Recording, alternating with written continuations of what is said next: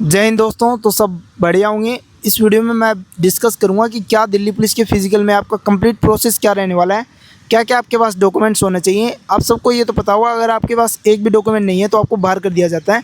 तो इसमें मैं आपको कंप्लीट प्रोसेस बताऊंगा कि क्या प्रोसेस होती है क्या नहीं होती। तो सबसे पहले आपको जब एंट्री होगी तब आपके पास एक एडमिट कार्ड होना चाहिए और आपके पास एक आईडी प्रूफ होना चाहिए। आईडी प्रूफ के लिए आप आधार कार्ड ले सकते हैं या फिर आप वोटर आईडी कार्ड या फिर पैन कार्ड भी ले सकते हैं। उसके बाद आपका एक गैदरिंग हो जाएगी, वहाँ पर आपका बैच बनाया जाएगा।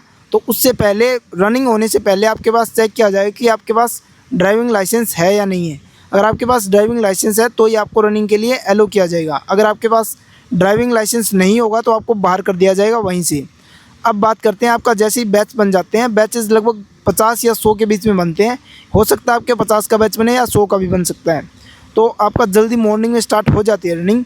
जैसे आपका बैच बन जाता है फिर आपका रनिंग स्टार्ट होती है। देखो दोस्तों, आप सबको पता है कि 1600 मीटर रहता है और 6 मिनट का टाइम रहता है। उसमें आपके चेस्ट के या पैरों में चिप लगाई जाती है।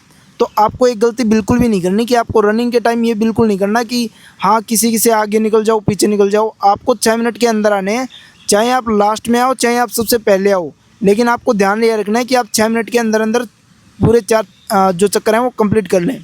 तो जब भीड़ होती है तो आप हो सकता है कि आप एकदम से भागो तो गिर जाओ, ऐसी गलती नहीं करनी है। आपको क्या करना है कि जैसे ही बच्चे निकल जाते हैं तो आप लास्ट में थोड़ा वेट करके फिर भी निकल सकते हैं, क्योंकि आपकी टाइमिंग तभी स्टार्ट होगी जब आप रस्से से आगे स्टार्ट कर दोगे, ठीक है। और आपको देखो जैसे 4 बैम्बूज लगे हैं वहाँ पर, तो उस रस्सी के आसपास आपको दौड़ना है, नहीं कि आपको ट्रैक पे थोड़ा दूर, क्योंकि इससे क्या होगा आपका डिस्टेंस ज़्यादा कवर होगा। इससे मैटर नहीं करता कि आप डिस्टेंस ज़्यादा कवर कर रहे हैं, मैटर इस बात से करता है कि आपने 4 चक्कर हैं वो कंप्लीट किए हैं या नहीं 6 मिनट में, ठीक है।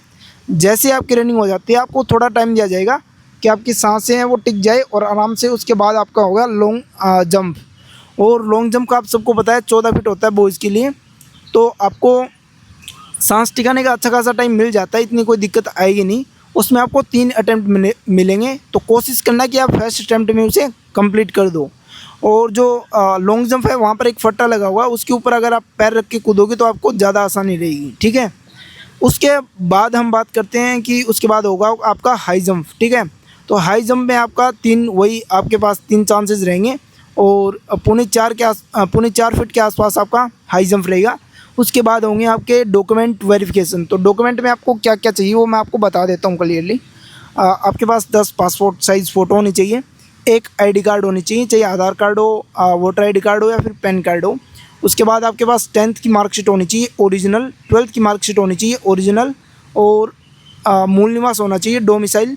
और आपके पास जो कास्ट सर्टिफिकेट है वो होना चाहिए। अगर आपके पास कास्ट सर्टिफिकेट नहीं होगा तो आपको जनरल में काउंट कर लिया जाएगा, ठीक है, चाहे आप ईडब्ल्यूएस में हो या फिर आप ओबीसी में हो। तो ये चीज़ ध्यान रखना। और कास्ट सर्टिफिकेट ज़्यादा पुराना नहीं होना चाहिए, ये चीज़ की भी ध्यान रखना आप, ठीक है। इसके अलावा आपके पास ड्राइविंग लाइसेंस जो सबसे पहले आपने चेक किया था वो भी होना बहुत ज़रूरी है। और बाकी जो एक्समैन के लिए हैं वो जो भी डॉक्यूमेंट्स हैं आपके वो भी लेके जाना आप, ठीक है। ये सारे डॉक्यूमेंट्स वगैरह वो हैं वो कंप्लीट हो जाएंगे। उसके बाद आपको मेडिकल की डेट मिल जाएगी, या फिर हो सकता है उसी दिन मिल जाए या फिर कुछ दिन के बाद आपको मेडिकल डेट इशू कर देंगे, ठीक है। ये कंप्लीट प्रोसेस रहने वाला है। लास्ट के दिन रहते हैं, मैं आपको कुछ टिप्स बता रहा हूँ जो आपके लिए बहुत हेल्पफुल रहेगी। देखो लास्ट के दिनों में एक गलती आपको बिल्कुल भी नहीं करनी है। आपको किसी भी टाइप की कोई भी स्टंटबाज मतलब ऐसा कोई काम मत कर देना जिससे कि आपके पैर के चोट लग जाए, ठीक है। कोई ऐसा जंप कर दो या फिर कुछ भी ऐसा कर दो जिसकी वजह से आपको चोट लग जाए और आपकी पूरी जो मेहनत है उसके ऊपर पानी फिर जाए, ठीक है। आपको बाइक और साइकिल्स को अवॉइड करना है जितना ज़्यादा हो सके। इसके अलावा आपको लॉन्ग जंप और हाई जंप से पहले रनिंग ज़रूर करनी है ताकि आपका शरीर जो है गर्म हो जाए और आपको चोट वोट लगे तो इतनी दिक्कत ना आए, ठीक है। और कोशिश करना है कि पहले वार्म अप करके फिर ही आप लॉन्ग जंप और हाई जंप करें, ठीक है। बाकी अगर आपको कोई भी इन्फॉर्मेशन चाहिए तो आप कमेंट में पूछ सकते हैं। अगर आप इस चैनल पे नए हैं तो इसे सब्सक्राइब ज़रूर कर लीजिएगा। धन्यवाद।